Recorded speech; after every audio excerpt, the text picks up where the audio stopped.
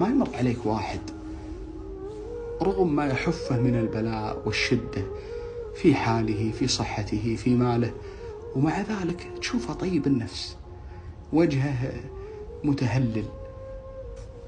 طيب النفس هذا من النعيم.